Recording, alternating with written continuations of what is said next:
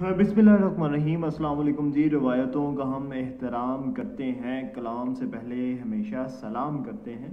कदरदान हैं हम आपकी मोहब्बतों के, इसलिए आप सबको दिल से मोहब्बत भरा सलाम करते हैं। ले जी, आज एक और वीडियो लेके आए हैं, वो है प्रिंसिपल ऑफ अकाउंटिंग पार्ट 1 के स्टूडेंट्स के लिए स्पेशली। लेकिन इसको अगर एडीसी के बच्चे चाहते हैं, फाइनल अकाउंट जो प्रिपेयर करना चाहते हैं, तो वो भी देख सकते हैं। ले जी, ये स्पेशल नोट्स हैं मेरे फाइनल अकाउंट्स के हवाले से। सुहेल अफजल की बुक के ऊपर चैप्टर नंबर 10 और 11 है, जो कि आमतौर पर पूरे पाकिस्तान के अंदर ज़्यादा बुक पढ़ाई जाती है, स्पेशली पंजाब कॉलेजेस में। अब हमारा मेथड क्या है, इसके अंदर आपके लिए एक सरप्राइज़ भी है वीडियो में। वो ये है कि मैंने तमाम बाद में बताऊँगा। ये जी, एक कोटेशन से शुरू करते हैं। कह रहा है जी, nothing works unless you do. कोई भी चीज़, कोई भी नोट्स, कोई भी यूनिवर्सिटी, कोई भी अदारा, दुनिया का बेहतरीन उस्ताद उस वक्त तक कुछ नहीं कर सकता जब तक आप खुद एफर्ट और मेहनत नहीं करेंगे। इसलिए आपने भरपूर मेरे साथ एफर्ट और मेहनत करनी है ताकि आपके कंसेप्ट क्लियर हों। ठीक है जी।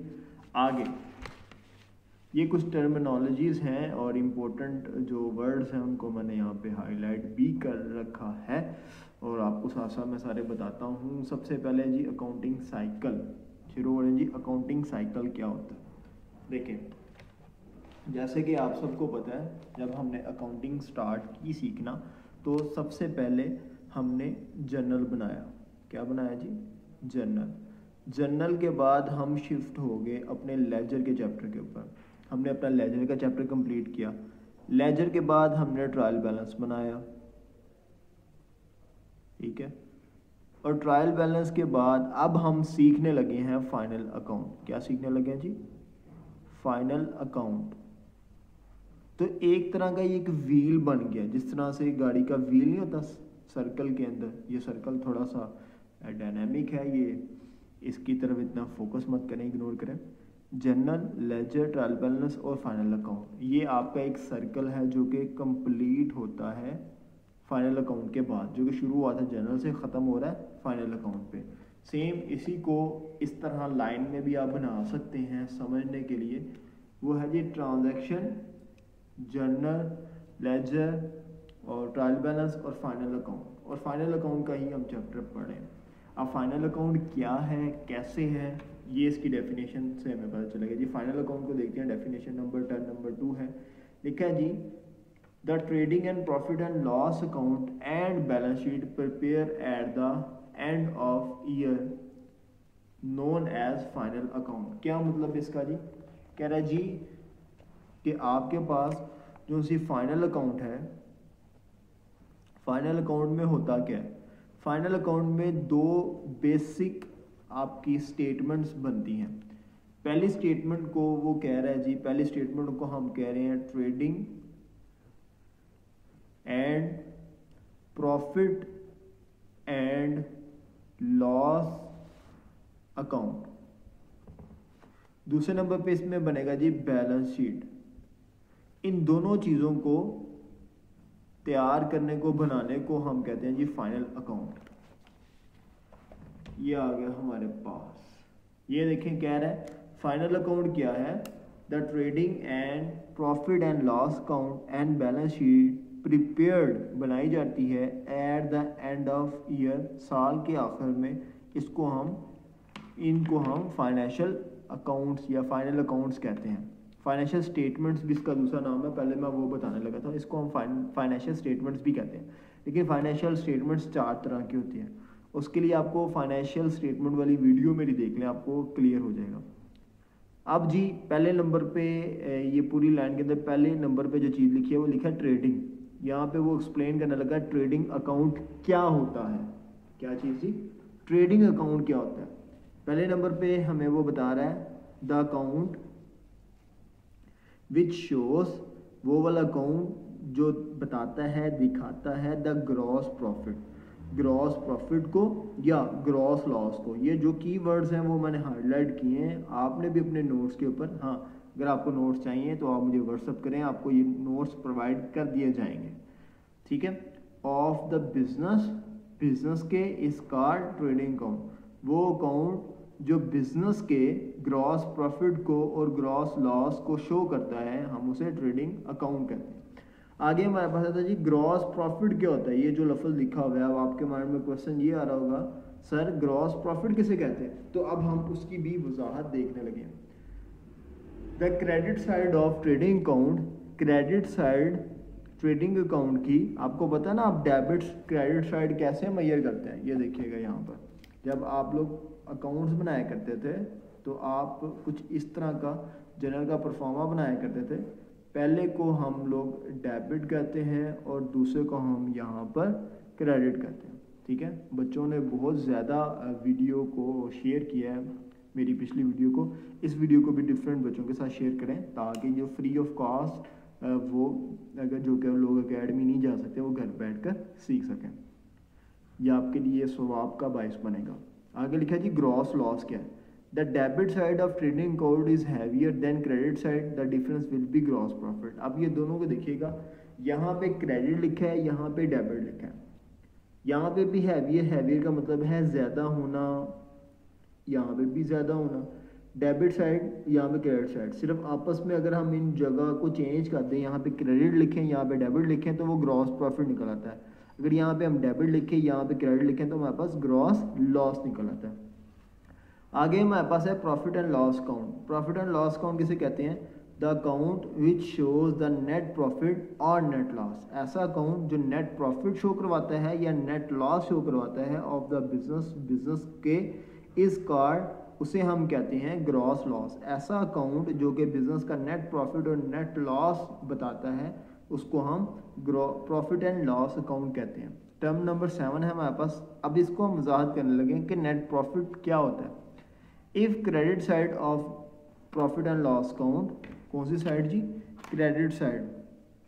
If credit side of gross of profit and loss account is heavier, उसका वेट ज़्यादा है किससे? डेबिट साइड से। तो इस डिफरेंस को हम क्या कहेंगे जी? ये हमारा ग्रॉस प्रॉफिट है। अब ग्रॉस लॉस भी क्या होगा? इसके उल्ट हो जाएगा। यहाँ पे क्रेडिट लिखा, हम यहाँ पे डेबिट लिख देंगे। ये देखें, ये डेबिट लिखा हुआ है। If the debit side of gross profit is heavier than credit side, तो हम इसे क्या कहेंगे? ये हमारा नेट लॉस है। ठीक है, ये टर्मिनोलॉजीज पहला पेज मैंने यहाँ पे इसका कंप्लीट कर लिया है। दूसरे पेज की तरफ चलते हैं। इस पेज पे हमने क्या क्या सीखा, फटाफट से रिकॉल कर लेते हैं अकाउंटिंग साइकिल को। अकाउंटिंग साइकिल, ये सारा वजाहत मैंने आपको बता दी है। फाइनल अकाउंट क्या होता है जी? दो चीज़ें हमने बनानी होती है, trading account, trading and profit and loss account और बैलेंस शीट। आपका फाइनल अकाउंट तैयार हो जाता है। फिर आपके पास आता है जी ट्रेडिंग अकाउंट क्या है? ट्रेडिंग अकाउंट वो वाला अकाउंट है जो आपको ये बताता है कि बिजनेस ने ग्रॉस प्रॉफिट अर्न किया है या ग्रॉस लॉस अर्न किया। आगे आपके पास आ जाता है जी ग्रॉस प्रॉफिट किसे कहते हैं? बेटा अगर आपकी क्रेडिट साइड ज़्यादा है डेबिट साइड से, किसकी? ट्रेडिंग अकाउंट की, तो हम उसे ग्रॉस प्रॉफिट कह देते हैं। अगर आपकी डेबिट साइड बढ़ी है क्रेडिट साइड से, आपको आगे न्यूमेरिकल भी मिल जाएंगे, आप प्रैक्टिकली भी इन चीज़ों को देख सकते हैं। आप खुद से निकालेंगे, कंपनीज का डाटा दिया होगा किस तरह से जी वो प्रॉफिट हो रहा है या लॉस हो रहा है। प्रॉफिट एंड लॉस को हमने देखा जी, अगर अकाउंट के अंदर आपका नेट प्रॉफिट आ रहा है या नेट लॉस आ रहा है तो उस अकाउंट को हम प्रॉफिट एंड लॉस अकाउंट कहते हैं। आगे वो बात कर रहा है जी नेट प्रॉफिट की, कह रहा है जी अगर क्रेडिट साइड है वो ज़्यादा है डेबिट साइड की निस्बत, तो हम इसे नेट प्रॉफिट कहते हैं। अगर आपकी डेबिट साइड ज़्यादा है क्रेडिट साइड की निस्बत, तो हम इसे नेट लॉस कहते हैं। ठीक है जी, अगले पेज की तरफ चलते हैं। नेक्स्ट पेज पे जी हमारे पास डेफिनेशन लिखी हुई है बैलेंस शीट के। बैलेंस शीट क्या होती है? द स्टेटमेंट, वो statement which shows the financial position of the business, यानी कि बिजनेस आपका प्रॉफिट में है नुकसान में है, वो आपको स्टेटमेंट बताएगी प्रॉफिट एंड लॉस। और बैलेंस शीट आपकी फाइनेंशियल पोजीशन बताएगी। फाइनेंशियल पोजीशन क्या होती है कि आपने कितने लोगों के पैसे देने हैं और आपने कितने लोगों से पैसे लेने हैं। ये आपकी बिज़नेस की हेल्थ बताएगी। जिस तरह से हम टेस्ट नहीं करते, ब्लड टेस्ट वगैरह करते हैं, वो हमें बताता है कि हमारे जिस्म में इतना रेड ब्लड सेल है, इतने वाइट हैं। तो बैलेंस शीट बनाकर हमें ये पता चलता है कि फाइनेंशियल पोजीशन कितनी है। बैलेंस शीट वालों को सीए वाले जो चार्टर्ड अकाउंटेंट्स होते हैं वो उसको बैलेंस शीट के बजाय स्टेटमेंट ऑफ FP कहते हैं, यानी कि SO एफ पी, यानी कि स्टेटमेंट ऑफ फाइनेंशियल पोजीशन। ठीक है, ये मैंने आपको वैसे एक चीज़ ऐड करवा दी। अब जी डायरेक्ट एक्सपेंसेस क्या होते हैं? The expenses which are related with purchase और manufacturing of goods are called direct expenses, या इसकी एग्जांपल्स हमें उसने बताई हैं वेजेस, कैरेज इनवर्ड, ये सारे के सारे एक्सपेंसेस डायरेक्ट एक्सपेंसेस होते हैं। अच्छा, ये डायरेक्ट एक्सपेंसेस क्या हैं, क्यों हैं, इन सब को समझाने के लिए मैं एक आपको ग्राफ दिखाता हूँ, फिर मैं उससे समझाता हूँ। उससे पहले हम देख लेते हैं जी इनडायरेक्ट एक्सपेंसेस कौन से होते हैं। The expenses which are not related with purchase और मैन्युफैक्चरिंग ऑफ गुड्स, ऐसे तमाम खर्चे जिनका ताल्लुक चीज़ों को बनाने से और ख़रीदने से नहीं होता, उन खर्चों को हम ये खर्चे हैं, एडवर्टीजमेंट और पैकिंग वगैरह। ठीक है, अब मैं आपको एक ग्राफ बनाकर दोनों समझाता हूँ कि कौन से डायरेक्ट एक्सपेंसेस हैं हमारे और कौन से हमारे इनडायरेक्ट एक्सपेंसेस हैं। एग्जांपल ले लेते हैं जी।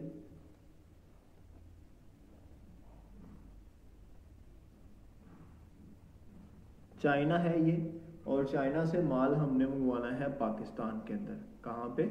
यहाँ पे जी पाकिस्तान है, एग्जांपल ले रहे हैं हम। चाइना से माल हमने पाकिस्तान में मंगवाना है, तो क्या हमारे पास ऑप्शन है हमारा माल कैसे आएगा। फर्ज करें ये पेन का एक कंटेनर मैं पूरे का पूरा मंगवाने लगा हूँ, तो कैसे आएगा? ज़्यादातर जो तरीका इस्तेमाल होता है वो इस्तेमाल होता है सी का, यानी कि समंदर के रास्ते आएगा, या आपका एयर का भी यूज़ कर सकते हैं। एयर का क्या मतलब है जी? वो जहाज़ के ज़रिए आएगा। ठीक है, लेकिन हम ये ऑप्शन चूज़ करते हैं कि सी के ज़रिए एक कश्ती होगी, कश्ती के ऊपर हमारा सामान लादा जाएगा और समंदर से होता होता होता पाकिस्तान की सरहद पे पहुंचेगा, समुद्री सरहद पे, और वहाँ पर कराची एयरपोर्ट, कराची जो है बंदरगाह, वहाँ पे हमारा माल चला जाएगा। अब पाकिस्तान के अंदर माल आ गया। पाकिस्तान बहुत बड़ा है, पाकिस्तान का एक स्पेसिफिक एरिया है ये वाला जहाँ पे हम रहते हैं जी, ये है गुजरांवाला। ठीक है, गुजरांवाला के अंदर हमने अपना माल मंगवाना है, तो कैसे आएगा? ठीक है, अब क्या होगा, जब कराची पोर्ट के ऊपर हमारा मटेरियल आ गया, हमारा सामान आ गया, आगे बताता हूँ क्या होगा। ये हमारी कराची है, कराची की बंदरगाह, कराची की बंदरगाह के ऊपर माल आ गया। अब हमें चाहिए किधर? गुजरांवाला के अंदर। कहाँ पे? गुजरांवाला के अंदर। अब क्या होगा, यहाँ पर किसी एक ट्रक के अंदर हमारे माल को लोड करेंगे या बस के अंदर करेंगे, वो चलता चलता गुजरांवाला आ जाएगा। एक चीज़ अगर आप नोट करें कि जब हमारा माल चाइना से चला, चाइना से लेकर यहाँ तक गुजरांवाला लाने तक जितने भी खर्चे आएंगे, हम उन खर्चों को डायरेक्ट एक्सपेंसेस कहते हैं। क्या कहते हैं जी? उन सबको हम डायरेक्ट एक्सपेंसेस कहते हैं। और वो कौन कौन से खर्चे हैं, उनके नाम क्या हैं, वो मैं आपको दिखा देता हूँ अभी। लेकिन जी इन्हीं नोट्स के अंदर आगे वाले पेजेस में मैंने सारी लिस्ट बना दी है जो कि डायरेक्ट एक्सपेंसेस की है। अगर आपके पास वेज है, वो भी आपका डायरेक्ट एक्सपेंस है। आपकी वेजेस हैं, सैलरीज हैं, अगर ऐसे लिखा है पहले वेज लिखा होगा और बाद में सैलरीज लिखा होगा, तो ये डायरेक्ट एक्सपेंस कहलाएगा। ठीक है, नेक्स्ट हमारे पास यहाँ पे कैरिज है, और कैरिज के साथ ये भी लफ्ज़ लिखा हो जाता है कैरिज इनवर्ड। ठीक है, कैरिज इनवर्ड का अगर लफ्ज़ यूज़ हो या हाली कैरिज लिखा हो या लिखा हो कैरिज ऑन परचेज, ये सारे के सारे आपके डायरेक्ट एक्सपेंस होंगे। फिर आपके पास आता है आपका फ्रेट, और उसके साथ फ्रेट इनवर्ड भी लिखा आ सकता है, ये भी सारे के सारे आपके डायरेक्ट एक्सपेंसेस हैं।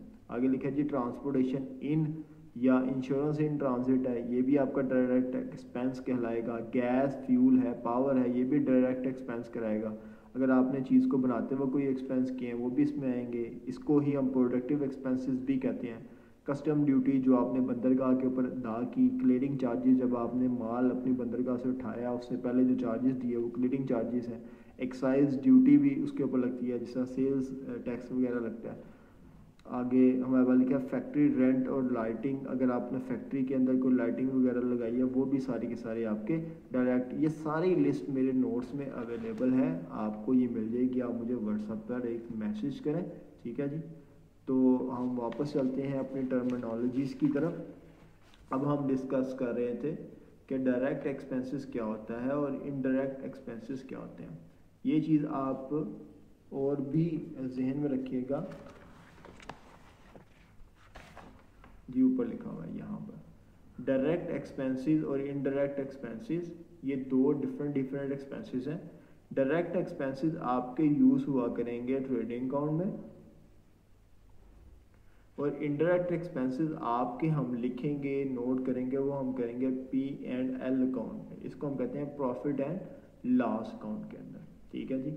ऐसे एक्सपेंसेस जिनका ताल्लुक चीज़ को बनाने से या परचेज करने से है वो सारे के सारे डायरेक्ट एक्सपेंसेस हैं। ऐसे खर्चे जिनका ताल्लुक चीज़ों को ना ही बनाने से है ना ही परचेज करने से है, जैसे कि अब जो मेरी एग्जांपल थी उसको ही देखते हैं गौर से और इसके अंदर से लोकेट करने की कोशिश करते हैं कौन कौन से हमारे डायरेक्ट एक्सपेंसेस हैं। चाइना में सबसे पहले ये जो सी शिप के अंदर माल हमने लोड किया है इसके ऊपर इसका हमने कोई किराया कोई फ्रेट वगैरह देना होगा, वो इस समंदर के अंदर हमारा जहाज़ डूब ना जाए हम उसके लिए अपनी इंश्योरेंस भी करेंगे, उसे हम कहेंगे जी insurance in transit, insurance in transit वो भी इसमें शामिल होगी। फिर उसके अलावा जब हमारा माल कराची बंदरगाह के ऊपर पहुंच जाएगा, जब कराची बंदरगाह के ऊपर पहुंच जाएगा तो इसके ऊपर गवर्नमेंट कस्टम ड्यूटी लगा देगी,